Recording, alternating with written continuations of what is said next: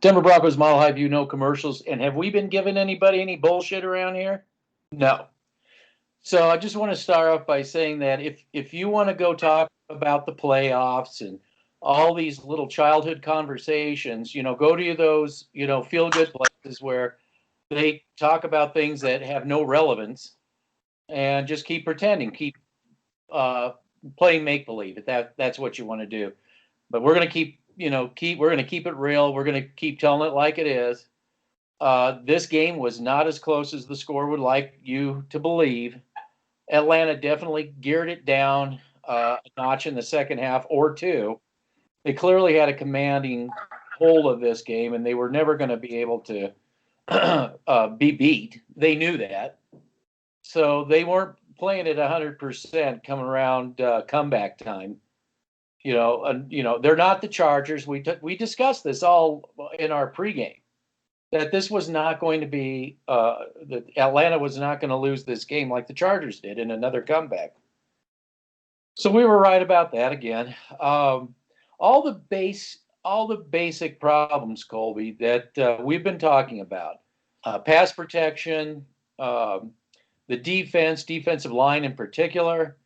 We realized that the secondary had injuries, but didn't we say, Colby, that even if Boye and Bryce Callahan played, this still would have been a tough matchup for the Broncos without that. But certainly the Broncos defensive line gave no assistance to their DBs whatsoever. There were clean pocket upon clean pocket throughout this game for Matt Ryan to really work and operate. He didn't see the kind of pass rush or pass rush or that the Carolina Panthers even gave him, troubles that the Carolina Panthers gave him. So it was, in my opinion, it was a very easy game for the Atlanta Falcons offensively. The defense, again, of the Atlanta Falcons, like we would talked about, they had an easy time really disrupting the pass protection at the Broncos. Now, I heard fans bitching about Lindsey not picking up a block. I have still yet to see Gordon being put in blocking, left behind to do any blocking. I am done with all of you who say that Gordon is somehow a blocker. Please, and again, I'm saying this, please provide me footage of Gordon blocking. All I see is Shermer taking him out of the blocking scheme every single time. So if you don't like Lindsey, at least ask yourself this question. Gordon was brought in here and paid a lot of money so he could help with the pass blocking, not just catching passes. He was supposed to help with pass blocking too. So knock that crap off.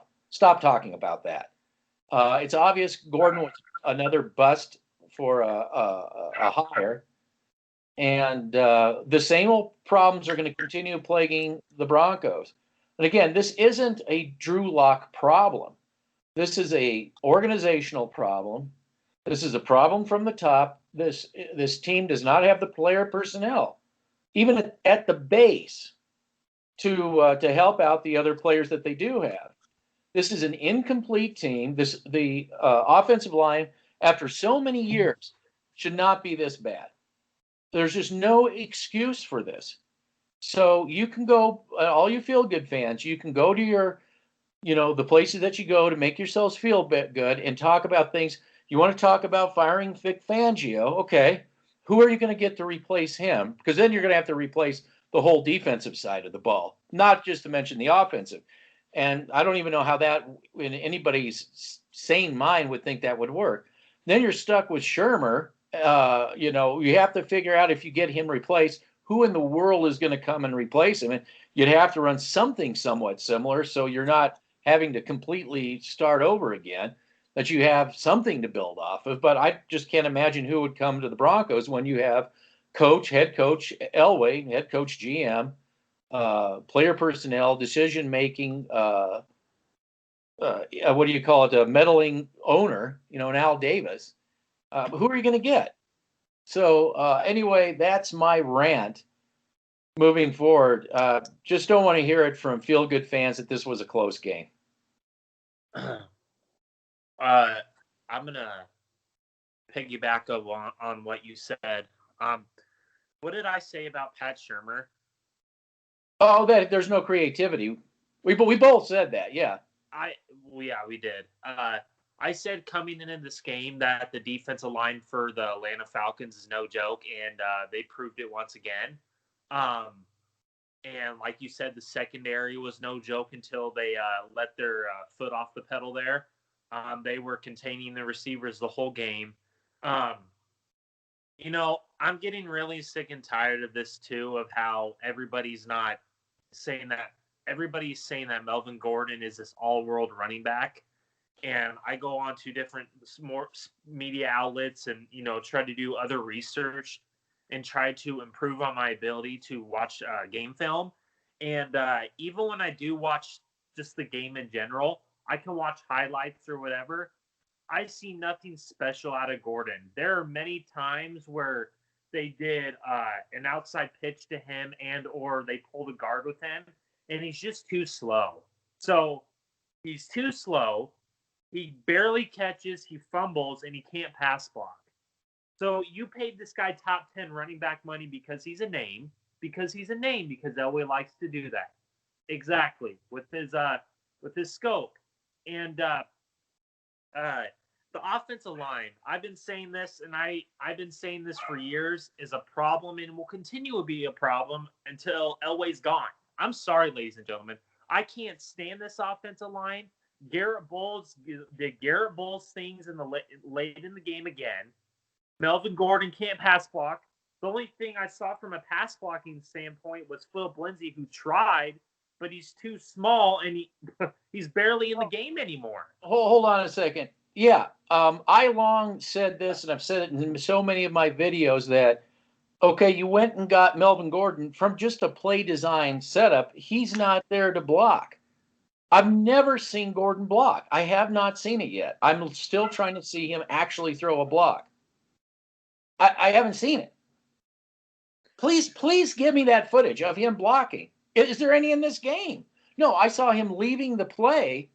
That may have been on Shurmur. Shurmur may, but why isn't he dropping back to pick up that pass rush coming through the middle? I just don't get it.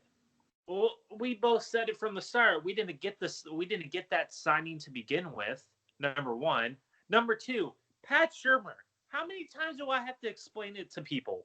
He's not creative. He's a 3-and-out machine. He's a 3 wide receiver set player, coach, and he doesn't adapt to his players' strengths. How many times do I have to tell feel-good fans and the feel-good crowd that Pat Shurmur, everybody's blaming Pat Shurmur, but unfortunately, we're stuck with him. Unfortunately, you guys wanted to get rid of Rich Gangarillo. You guys wanted to get rid of Bill Musgrave. Look, this is just. Unfortunately, Pat Shurmur is the same exact product of a John Elway disciple. But Mike McCoy. This is the same old crap. Mike McCoy. Everybody wants to blame Drew Lock for his terrible performance in the first half. Maybe Pat Shurmur can draw up stuff in the first half where Drew Lock can have a little bit more success instead of going vertical 24/7. Well, I'd like to say something about Drew Lock real quick. The deal that's going to be said is, you said the first half. Actually, I was extremely impressed that he was trying his hardest to step up in the pocket. I didn't say it in the pre-pro. Well, I think I may have. I just never really emphasized it. I was really asking him to start stepping up in the pocket. Actually, I think I wrote that on the pregame show. Anyway, so I was looking for him stepping up. So he's trying to step up this whole entire first half in a situation where the offensive line is just getting pushed back like it's just like a bunch of rag dolls. You can't ask basically a first-year quarter. I mean, essentially he's a first year, a first or a half, a three-quarter year, whatever, quarterback to be able to get the system down and operate when the offensive line on every single snap is in his face. Again, let's take a look at Matt Ryan's offensive line. Nice pockets. Herbert had nice pockets. The quarterback before him had nice pockets. The Jets quarterback had a good pocket. I mean, it's just the same old thing. We don't get to see that as a fan. But the feel-good fans have accepted that. That's acceptable football. Instead of pointing the finger where it belongs, it's not Fangio. Fangio inherited this problem. Fangio inherited this problem. So Drew Lock, yes, and they're going to say, well, he threw that interception, and that was a difference. People, come on. This game was over in the first half. This game was over. If Atlanta wanted to score, they would score. If they wanted to stop the Broncos, they would stop the Broncos, which they did. Stop playing these games. Okay?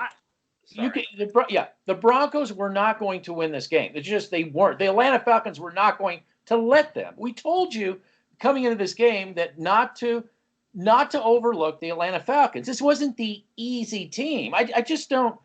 I think what happens is people have been listening to so much garbage out there, they don't want to see reality. That's why we're not inundated with views and stuff, because it flies in the face of reality, or it flies in the face of their reality.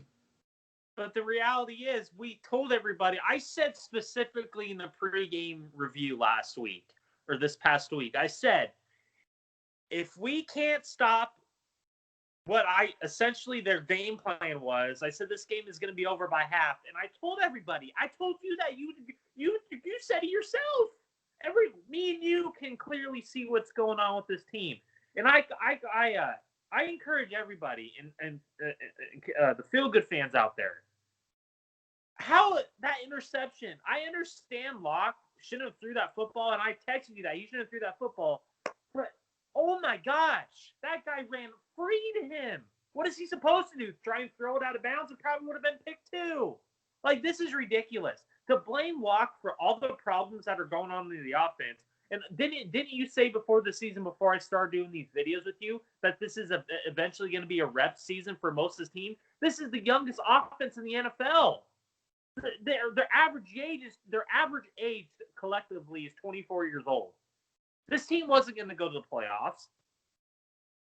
Well, this is ridiculous. The off-season acquisitions of the offensive line, it just wasn't good enough. Hot tub time machine isn't good enough. And they signed, and this, what I'm getting at is they signed that guy to a 4-year contract, not the hot tub time machine, but Glasgow. Glasgow never should have been signed to a 4-year contract. I mean, if that's what but what I'm also thinking, we wanted certain players, right?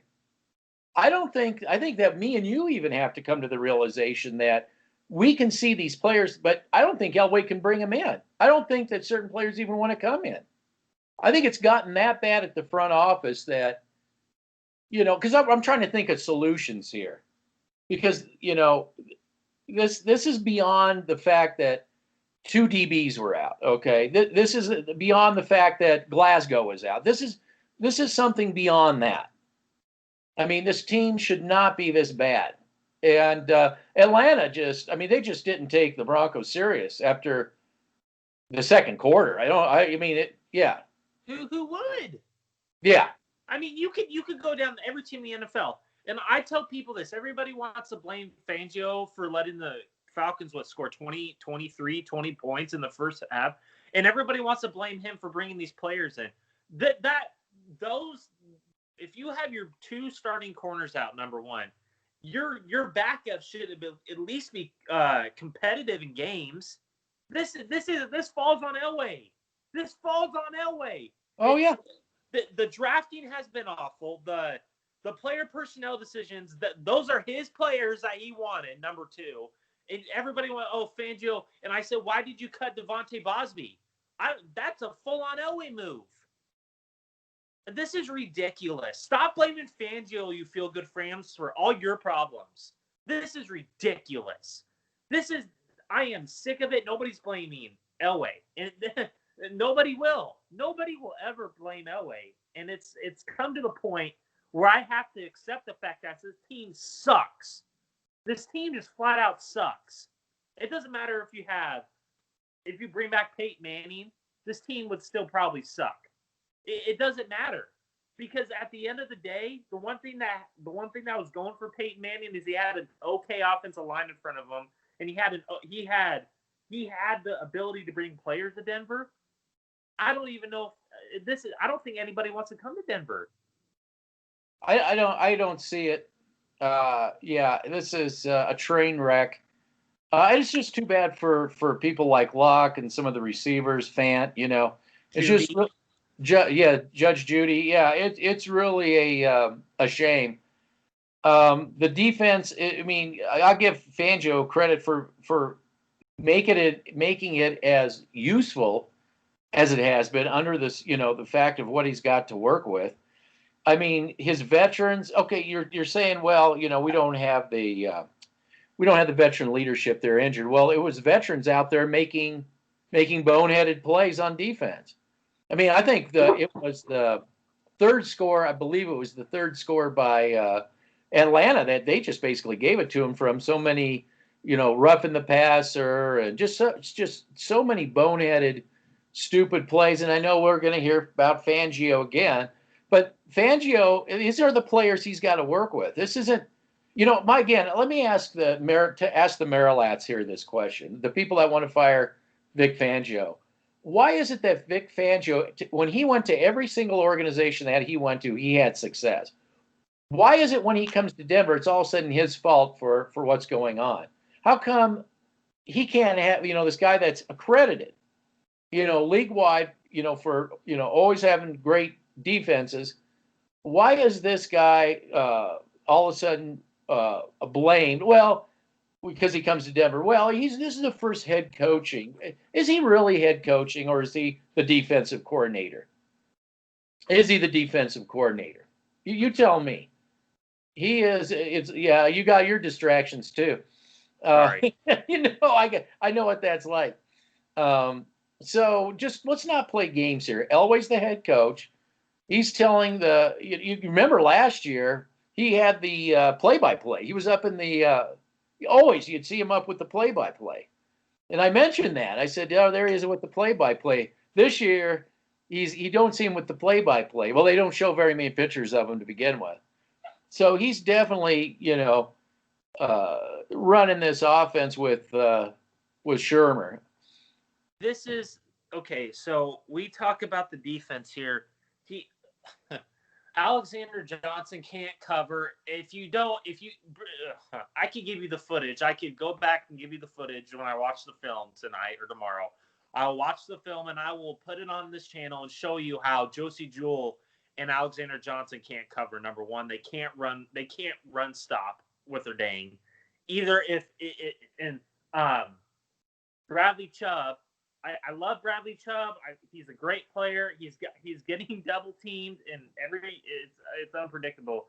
But we shouldn't have got rid of Shaquille Barrett. Number one. Number two, that's an Elway move. That was an Elway move again. He wanted Jeremiah Tatu and Malik Reed. I would rather, Malik Reed is a good player. Don't get me wrong, but I don't trust him on a day-to-day, on a week-to-week.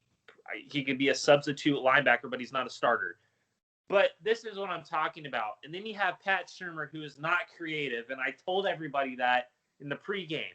And the running, again, Drew Lock had more running yards than all the running backs. Well, even what did we say coming into this game? Yeah. Oh. Even the field gooders did have it right. They were saying that Shermer should have at least done some up-tempo stuff. They didn't even do some of that. And see, how is that helping out your quarterback? That's it. That's a strength of his, and you're not helping him out. You're trying to turn him into something that he's not. There sure is a lot of stubbornness there. Well, and again, if you don't have pass protection, you're pretty much limited what you can do. It doesn't matter if you're up tempo, down tempo. I mean, if your pass protection is as bad as the Denver Broncos is, it's like, why are you even showing up? So I saw breakdowns all over the place. So I saw breakdowns from Dalton Reisner. I saw breakdowns from Lloyd Cushenberry. yeah, And you have Jake Rogers, and I'm not going to attack Jake Rogers here because he's, but you bring in Nick Vanette, and he's a blocker, and you barely use him. Why did you bring Nick Vanette in? Well, again, remember what we said about creativity, and we're saying we're not talking about Philly flickers when we're talking creativity. You got to come up with tight end schemes. Remember, where were the tight end schemes that we talked about? They were non-existent again. We're incorporating it with the Pass Pro too. I'm addressing exactly what you're talking about. Everything we said not to do, they did exactly what we said not to do. Get creative, and also in your Pass Pro, because especially with the injuries they have, they should have thought, we're going to really need to protect our quarterback, so we're going to, bring in more Pass Pro. And you saw one of the plays that Atlanta had was what we were talking about. They had a crowded front line. They dropped it was Hurst, I think. They just dropped him kind of like in a little screen thing. I mean, just something as simple as that, a little dump off. The last time we saw that was with Rich Scangarello in Houston last year. See, this is what I'm talking about. Noah Fant, you are underutilizing his talent. 4 catches? 4. And you throw for a long one in the first half. Well, play design is horrible. The first thing is there's no pass protection. I can play the video. We'll go through this game from right from the beginning. It was as soon as the Broncos are hiking the ball, everybody's getting pushed back. Locke is having to go back further than he's supposed to. He is trying to step up but he has to back up to step up back further than he has to and step up. You can't operate that way. There's no. And watch Atlanta's line. Just watch the two lines. Compare the two lines. I'm asking Bronco fans, compare the two offensive lines. There's no comparison. It's like two different worlds. Well, it's not just two different worlds. It's the reality of the situation is. How many times are we going to sit up here? Okay.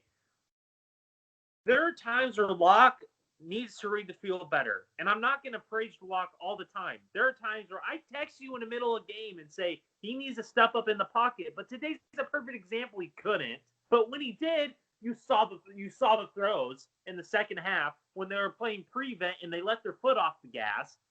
But they were still getting back there. It wasn't like it wasn't any better from the first half. But when Locke did have time and was making plays, you saw the you saw the talent, you saw the eye work, you saw the footwork, you saw that touchdown pass to Patrick. That is how you throw a slant route in double coverage. He threw that in double coverage, and that pass to Judy, that was all his arm talent right there, ladies and gentlemen. And I want to tell people this. You guys want to put this all on lock on how this is just like Tim Tebow back in 2010, 2011, whatever. You want to compare this to Tim Tebow? You guys must be out of your mind because Tim Tebow had an offensive line back when he was playing. Well, yes, he definitely had a heck of an offensive line. No, again, when people are talking Tim Tebow and they're talking Drew Lock in the same conversation, they completely don't know what they're talking about because they're two different quarterbacks completely. They're already starting that conversation though. It's ridiculous. I'm not going to get into that conversation because it's asinine. It's not worth it. This is what I want to discuss. I'm going to discuss something that actually makes sense, something that needs to be discussed. That's just a wasted conversation. So, I want to get back to Atlanta's offensive line. If you go around the league, you're not going to be saying to yourself, well, gee, that Atlanta offensive line that's the cream of the crop. That isn't the cream of the crop. That's the issue here. Denver can't even.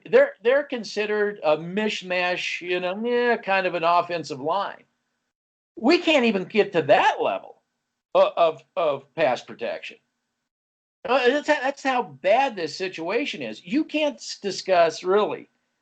And in a way, I have to say this in Shermer's defense, he did not inherit this problem either with the offensive line. This offensive line is so bad. If it does not get addressed in this offseason, which I don't expect it to because it hasn't been addressed really yet. It's been given basically lip service. It's been basically given Band-Aids. It's basically been giving salt in a wound by Hot Tub Time Machine, Juwan James, who's not even involved. Just pay me, just pay me. Same with Glasgow. And well, now Glasgow too, who was getting pushed around. We got footage. We posted footage of that. We can sit here and talk about Shermer until we're blue in the face. Oh, it's almost at the Tim Tebow level. There is just until there's actual, at least serviceable pass protection. The Broncos' offensive line is it has to be the league's worst. Maybe not the league's worst, but they have to be at the bottom 5 at least. And can I say, I'm going to say 2 things to just elevate that point. And what you're saying is great. And I'm going to agree. This is what I'm going to do. Agreed. We suck at run blocking too.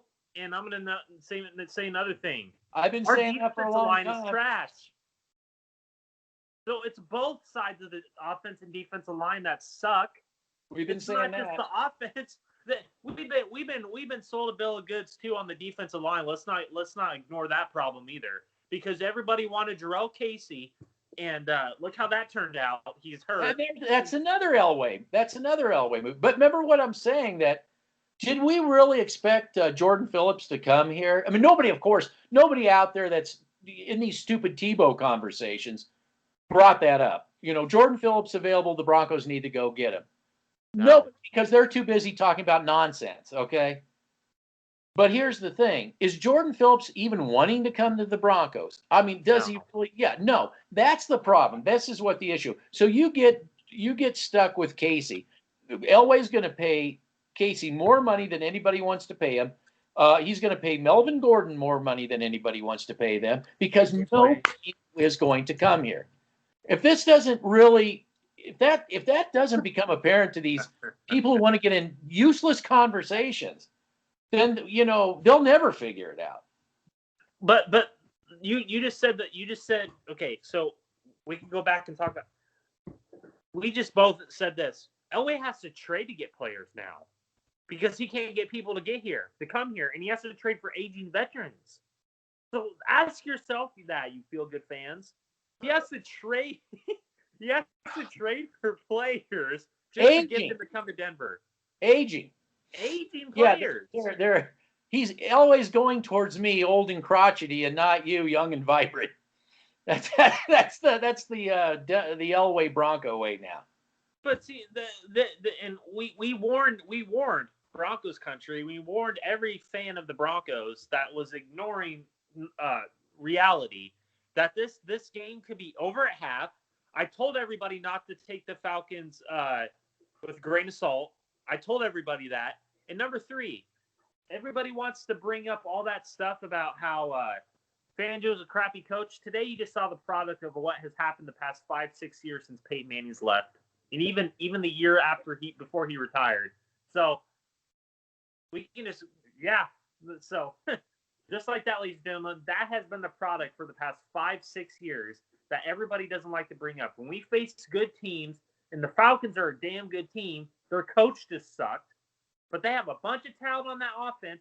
And didn't I say to everybody that Grady Jarrett was going to be a problem, and he's an upper echelon defensive tackle, and they had Dante Fowler and McKinney hurt, and they still got after the quarterback. That should tell you everything you need to know about the offensive line. Yeah, say that again for the feel-good crowd. Say what you just said again, please. Who was out, and who they had? Yeah, Dante Fowler and McKinney were out. Their 2 best pass rushers on the outside, and they still got after the quarterback. Yeah, one of their starting DBs was out too, I believe, and they had a rookie in there. Yeah, and they had a rookie in there, and they actually have better linebackers than we do.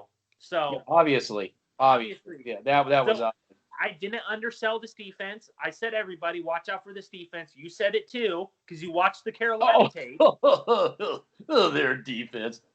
You see all the yards that they gave us. Their defense. Yeah, they're not laughing now, are they? And are you laughing about Matt Ryan, who wasn't going to make the same mistakes Herbert did? He's not Herbert. Matt Ryan isn't Herbert. You're crazy. He's not Herbert. This is ridiculous. We warned everybody. Yeah, we warned everybody. We warned you guys, and you guys just like to, think that we're not Bronco fans here. And you guys like, and the feel-good media, you guys like to just feed a bunch of people garbage. And we actually know what the hell we're talking about here. You know what? How many? You could go back to the comments, and I sent you a bunch of Drew Lock tape, and it's obvious he's not the problem. Didn't you watch any of the? This is what we do behind the scenes. There were some I would call growing pain type problems, like. But we knew that. Like reading the defense. Well, here's the bottom line. Here's the bottom line. You can't talk about Locke, and honestly, you can't talk about Shurmur. As much as Shurmur just makes me upset, and we have every right to be upset with him, we actually have to give that guy a pass. We can't get mad at the offensive line coach, because everywhere he went, he had success. There's only one person to blame for where we are at. And it's not that. No, let's get something clear, too. We don't hate John Elway. We just hate him as a GM, or we hate what he does as a GM/owner, head coach, owner. It's just like if we could do anything that this team needs is management at the top. This team is suffering management at the top. You cannot put an offensive line like that out. How many years now has Elway been since the firing of what was it, 2010? Yeah, I mean, when was he put installed? I'm going all the way back. I think 10 or 11. Okay, 10 and 11, and in 10, 11 years, all he did was let the offensive line collapse into oblivion. It is in oblivion right now. You cannot ask Drew Lock. You cannot ask Shurmur. You cannot ask Munchak. You cannot ask anybody to do anything if you can't pass block at all or run block. And it's just gotten worse and worse every year. It hasn't gotten better. And Bronco fans, instead of talking about Tim Tebow, they better start getting their head wrapped around the fact that this team has been completely mismanaged. I'm going to elevate what you said, and you're just on fire today. Agreed. But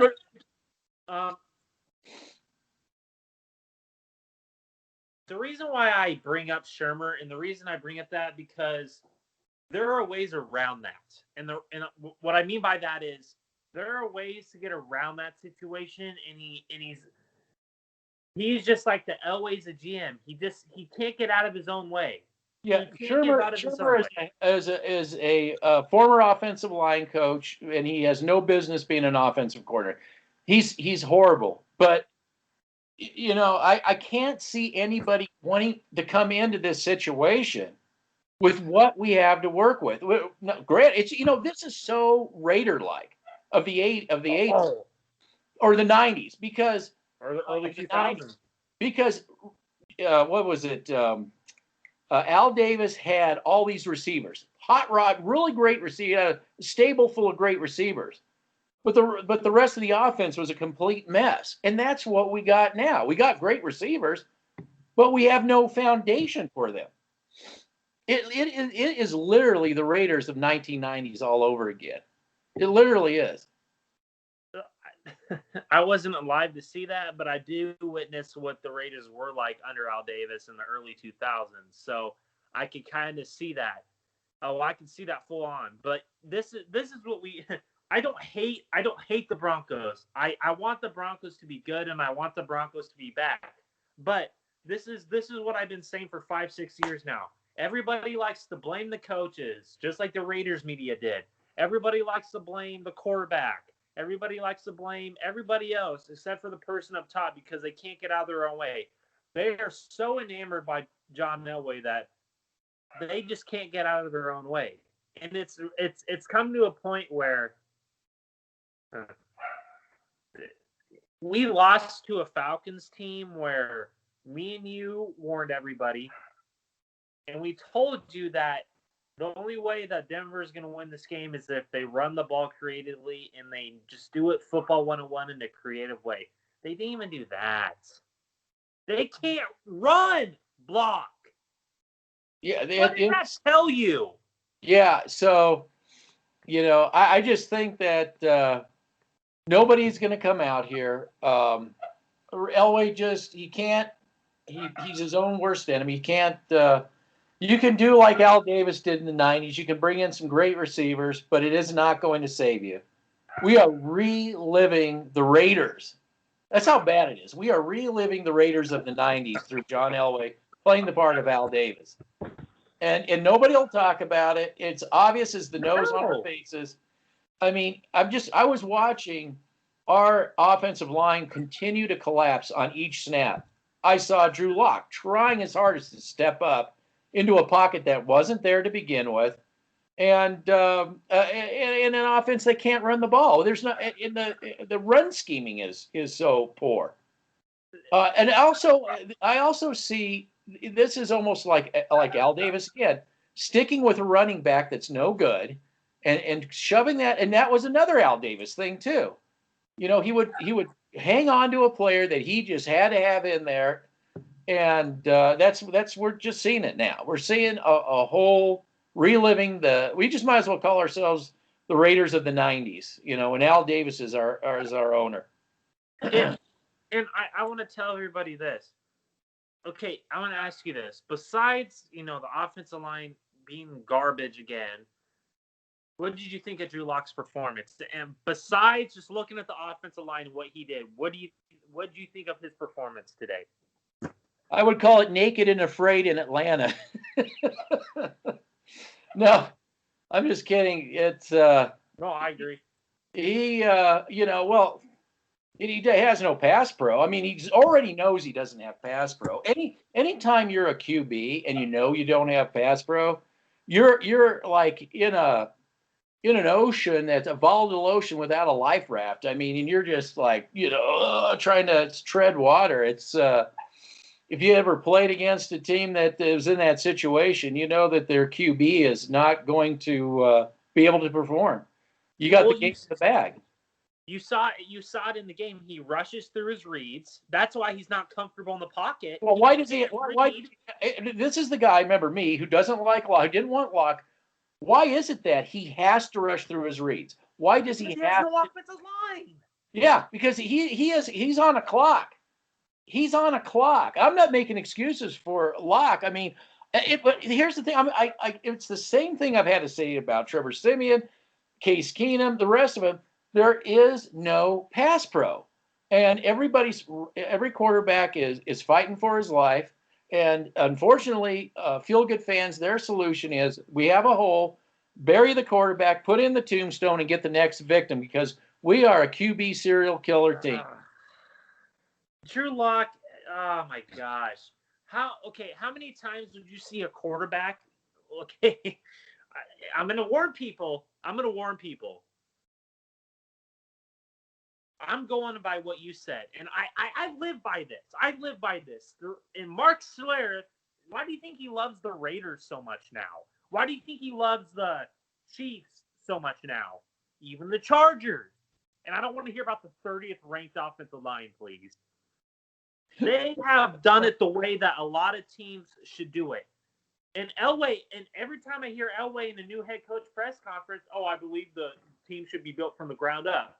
But he's ultimately going back on his word because he's doing it from the air down. That's not how you do it. You build teams from the ground up and wasting a fourth-round pick where you could use that to develop and mentor a good guard. There are plenty of good offensive linemen in the drafts now. Go vertical. Yeah, we have to go vertical now. All you feel-good fans want to go vertical because we had to spend 2 rounds. This is what I'm talking about. Yeah, I you love got good receivers, but you don't have a foundation for them. And you can sit there and play mental gymnastics and talk about Tim Tebow. You can do all that. But until you realize that player personnel of the Denver Broncos is lackluster, it's back to the Raiders' 90s. You're not going to go anywhere. And I'm going to tell to the fans that watch these videos, I didn't start doing this stuff with you right away. Okay? I was just like all the other feel-good fans out there where I was like, oh, no, it's all the problem. But then I did my deep research. He was the first one that started all this. It wasn't me. I give this guy all the credit in the world because he was a lone voice out here was telling everybody. But eventually I had to realize and take into consideration and do deep research on what the true problem was. Because you see Vance Joseph having so much success with the Cardinals. I mean, they don't want to talk about that either. They acknowledge it, but they don't want to talk about that. But I acknowledge you for starting it. Ladies and gentlemen, we don't hate the Broncos. I've been a Bronco fan, and I lived through the Pat Bowlen. He lived it longer than me. He has a lot of knowledge about football. He has a lot of knowledge about the Denver Broncos and what they were successful at under the tutelage of Pat Bowlen and how this team should be successful. He knows it. He knows it. He's not trying to blow smoke up your ass. If he was trying to blow smoke up your ass. No, when Pat Bowlen left, I was like, uh-oh. You know, that was like, that caught my attention immediately. It's like, because when, Pat Bowlen came in and Kaiser wasn't doing really the greatest job in the world, let's just say. Pat Bowlen really started to turn things around as an owner. And let me tell you, you can talk about Tom Brady and all these in Pat Mahomes, but Pat Bowlen was definitely a unicorn owner. There's not too many owners that come around like him. So when he left, and I'm like, uh-oh, and then Elway came in, and everybody was on that bandwagon. I thought there's two things. One of two things is going to happen. Either Elway is going to be this genius, like, oh my God, and we'll all forget about Pat Bowlen, or he's going to become Al Davis, and everybody's going to love him, and no matter how bad he is, and we're going to look just like the 90s Oakland Raiders, which we do. We look like the 90s Al Davis ran Raiders in every aspect. Bad player personnel who come in and don't pan out, a stable of receivers, running backs that you love but aren't any good. Just really, it's like watching that whole thing all over again. We're living it. All the denials was going on with that. The quarterback carousel. Oh yeah, quarterback carousel. They had a cemetery too for a long time. They were quarterback serial killers. And look how good the Raiders are without Al Davis now. I mean, at least they're competitive. We're not even competitive. Yeah, so Elway, what happened was Elway got insulation. Pat Bowlen, his last dying breath was that Super Bowl win because he got Peyton Manning to sign the dotted line. That was not Elway.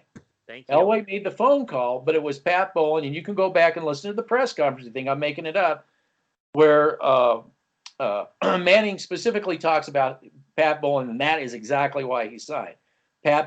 Manning gets there. He's bringing in, between Pat Bowlen and Manning, and as far as I'm concerned, Elway's just along for the ride, but he gets all the credit for all of this, and I'm just shaking my head and just like, we're heading right down the crapper. So the bottom line is this: we have to put up with this till 2022, 2023, when it's decided that the team has to be sold. Well, I actually want to talk about that whole Peyton Manning. If it was all John Elway's, if he was the one that was making all those deals, why aren't any players wanting to come to Denver now? You feel good fans want to talk about how John Elway was the one that brought in all these players. Where are they now? That was also a hallmark of an Al Davis 90s team too. Nobody would go there either. That was anybody. He'd throw out a big check. then he would throw out the paychecks and get these stinkers. He would get the Juwan James. He was notorious for that. And now Elway's notorious for doing the same thing. Over the hill types, washed ups. That was the way it was. We are oh man, this is just so bad. I cannot believe that we have succumbed to this crap. I mean, this wouldn't have gone this far under Pat Bowlen. I know this because I lived through it. Not as much as you did, but I lived through it. Everybody thinks I'm blowing smoke up your ass. Well, okay, first of all, I could read this game through. I'm gonna be Elway. I could read it right before the game. I read it right before the game. I read it. Me and you did it, and you thought, okay, I'm not gonna put words in your mouth, but your sense coming in this game is we have to run the ball creatively to set up the passing game. Throw to tight ends. Okay, exactly. Okay. And I specifically said I don't trust Pat Shurmur to do that because he is a meddling offensive coordinator, just like Elway's a meddling GM. He is not going to adapt to his players. He is not going to adapt to the strength of his players. So what I said is like either two things are going to happen. One, this game is going to be over by half, and Locke is going to be killed. He almost got hurt again in this game. Number two, or Locke is going to do some heroic thing that we've never seen before from a Broncos quarterback since Peyton Manning. Or Vic Fangio is going to win this game with the shoulders of his defense. But you saw that. Look what Fangio's working with.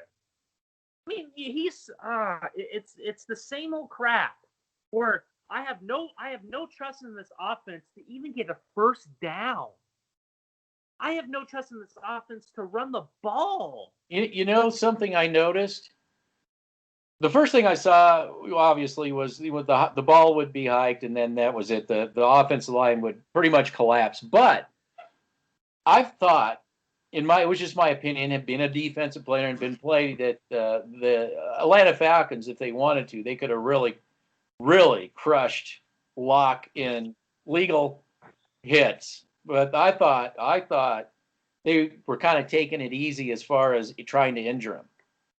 I thought they played him, legally, but I'm telling you, they could have really clobbered him if they really wanted to. I thought in that capacity he lucked out in that because it was like the Tampa Bay and Steeler deal all over again, in my opinion. Just a collapse. And matter of fact, it was kind of like that for 3 quarters with San Diego too. And they let off of the Broncos' throat, their defense, the San Diego defense, and that's when the comeback came. So, obviously, teams can't. That's one thing. I guess if you look at it, if Locke gets at least serviceable protection, he can do something. But for 3 quarters, they're not going to let him get a chance at making a throw. And that's the takeaway with all this. Yep. And plus the fact that the line can't run block either. Remember I said that a long time ago, and everybody said I didn't know what I was talking about.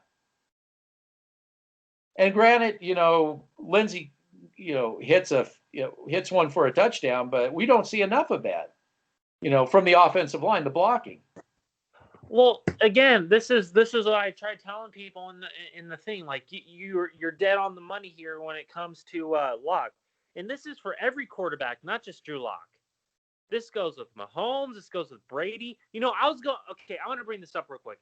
I went back and watched how Drew Lock is no Tom Brady, one of your old videos, and you were talking about the AFC Championship game 2 years ago when they were in Kansas City, and you were talking about how his for the first half or the first 3 quarters of the AFC Championship game, that Tom Brady's jersey was cleaner than what you could do in the laundry, whatever. Yeah, it didn't look like it. You just came out of the laundry. Yeah, and then the Chiefs started getting hits on him. And he threw 2 picks. See, it's not like Tom Brady's this all-world great quarterback. Well, this isn't rocket science either. No, it's not. I'm just saying nobody's got a chance. Nobody has a chance with the way this is set up. So, I mean, let's go back to Shermer. I mean, not only do you have poor pass pro, you have poor pass pro design, Yeah. and you have a coach that just is clueless out there. I mean, this kid has got everything working against him. He's got receivers, but you might as well handcuff him. Put one hand behind his back to do. You might as well be out there the one hand quarterback. You might as well do that too. And then of course bury him. Make sure you dig a hole and bury him. I guarantee you, if the Broncos were to get rid of him, somebody would, I'm assuming, would actually want him if they had a decent offensive line.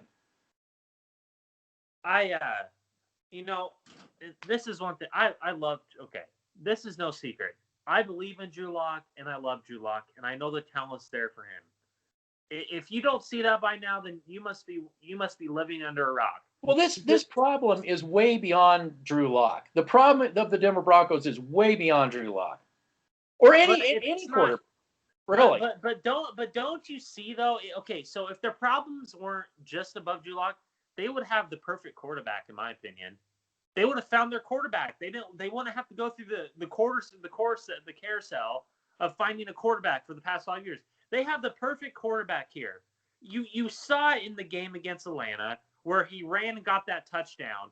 Dude, that and Rich Gannon. I think Rich Gannon is one of the most underrated color commentators in the National Football League. He hates the Broncos.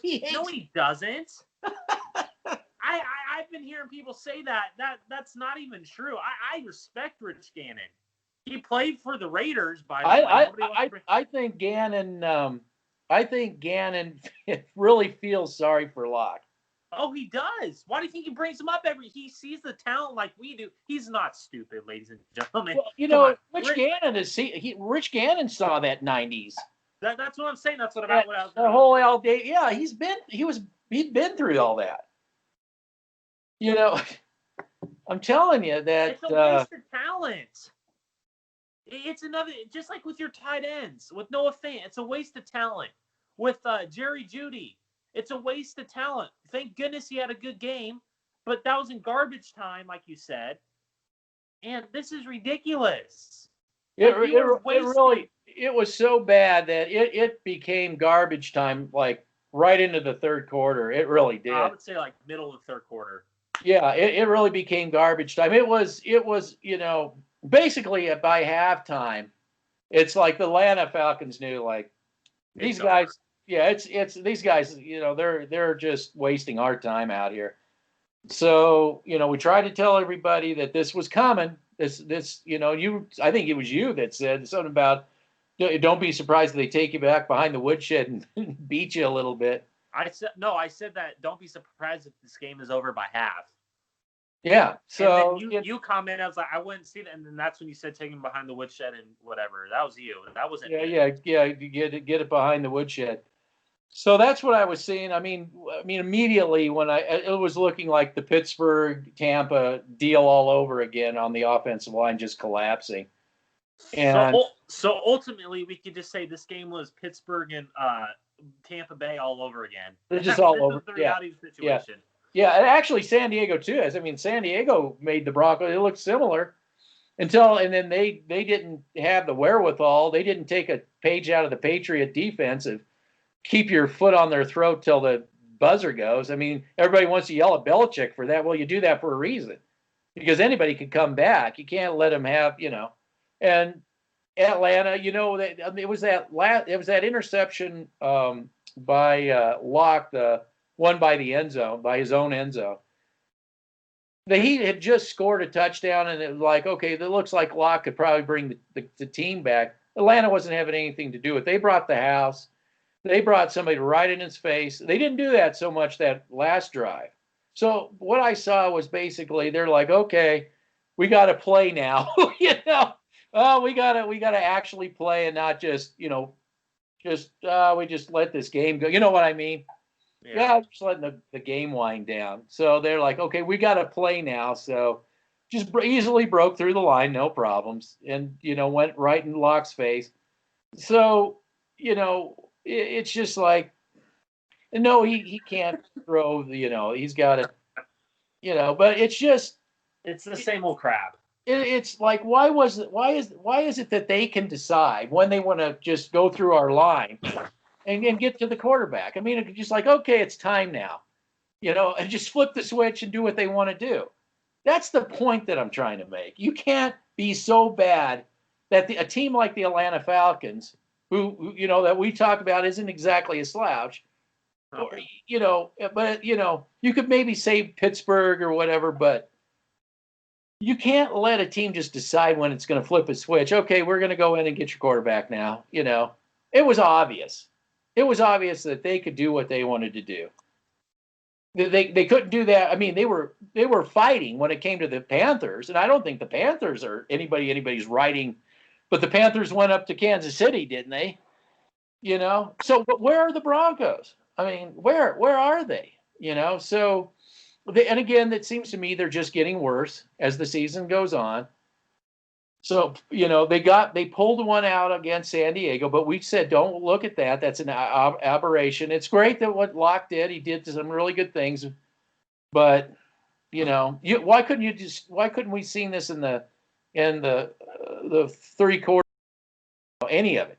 Well, this is what I'm going to bring up too. When it comes to the 3 games that we have won, we have to pull those out too. So we could easily be winless right now. Yeah. This is the reality of the situation. And the reality of the situation is nothing's going to change, ladies and gentlemen. And we're going to hear from here on out how Vic Fangio needs to be fired. We're going to hear here on out how Pat Shurmur needs to be fired. We're going to hear here on out how all these other coaches need to be fired. And, I just – nothing's going to change. So it doesn't really matter if they get fired or not. It'd probably be doing them a favor. But nobody wants to come out here, and that's just the reality is. So they can fire everybody they want. They're not going to get their replaced. But you said something that reminds me of the difference between what I'm putting out and what others are putting out. We were saying that we could be with no wins, right? We talked about that. The other guys were talking about playoffs. They're talking. Why would you even bother to entertain that stuff? You have so far to go. It's light years. You're in a stagecoach, and you got to get to Alpha Centauri, And it's just like, geez. And no wonder Jim Mora went nuts.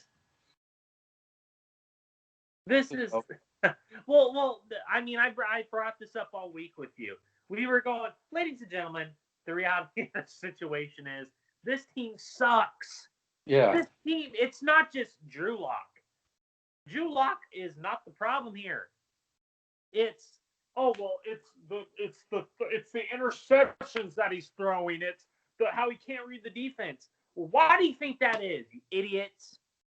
Some of that's on Locke, but you know what? The problem is way beyond Locke or any other quarterback. He's ruined. It's a bad team. Its foundation is horrible, and And I Phil gave Lindsay catch. You said it. If he had more reps, he probably would have caught the damn ball. Yeah, he hardly gets it. Yeah. What I don't understand is why you have him in blocking and you take Gordon out of blocking situation. You take Gordon out of pass pro and you say to Lindsay, block. Okay, you got to block. Fine, you got to block. But why is it you keep taking Gordon out of pass pro? I'm trying to figure that one out because you were advertising that he is this great pass blocker. I haven't seen it. And again, nobody has sent me footage of him throwing blocks. Nobody. You're right. Yeah, I'll never see that. And I'm going to tell you this. I don't think a lot of people know this. Phil Lindsay's a free agent after this season. Oh. So, ladies and gentlemen, you guys have ruined Phil Lindsay, and he ain't coming back. I wonder if he's going to go to the Ravens. I wonder if he's going to go to the Ravens. He's going to go somewhere that has a better offensive line. Him and Elway don't get along. This is the reality of the situation. Him and Al Davis don't get along. Him and Lindsay don't get along because, again, Pat Shurmur in this stupid offense, and Elway is the head coach. are you underutilizing all the talent across the board and underutilizing their best running back on the roster. They're definitely underutilizing tight ends. They're definitely underutilizing tight ends. No, it's just it's Elway as usual, and I don't know. It's that's it. That's the bottom line. I'm gonna go. After we're done here, I'm gonna go back and watch the film, and I'm gonna. We do another video this week. And then we can preview for whoever's coming up next. We'll do a second take film study. You send clips. What's the name of the place that you go? Because my feed was breaking up. I go to All 22 Coaches Film, and it's you've probably heard of it, where it's basically it's Coaches Film, and so see, this is what I'm talking about. I was dead on about the game, but why do you think I was dead on about it? Because I watched the Carolina game and I watched the Broncos, and they're so Atlanta is a way better team than Denver, and I told everybody that. No, they're the easy team. They're the easy team. Don't cakewalk. Yeah, their defense stinks. Yeah. Oh my God. Oh God. They're Could you imagine if so knowledgeable. was in this game? Oh my God.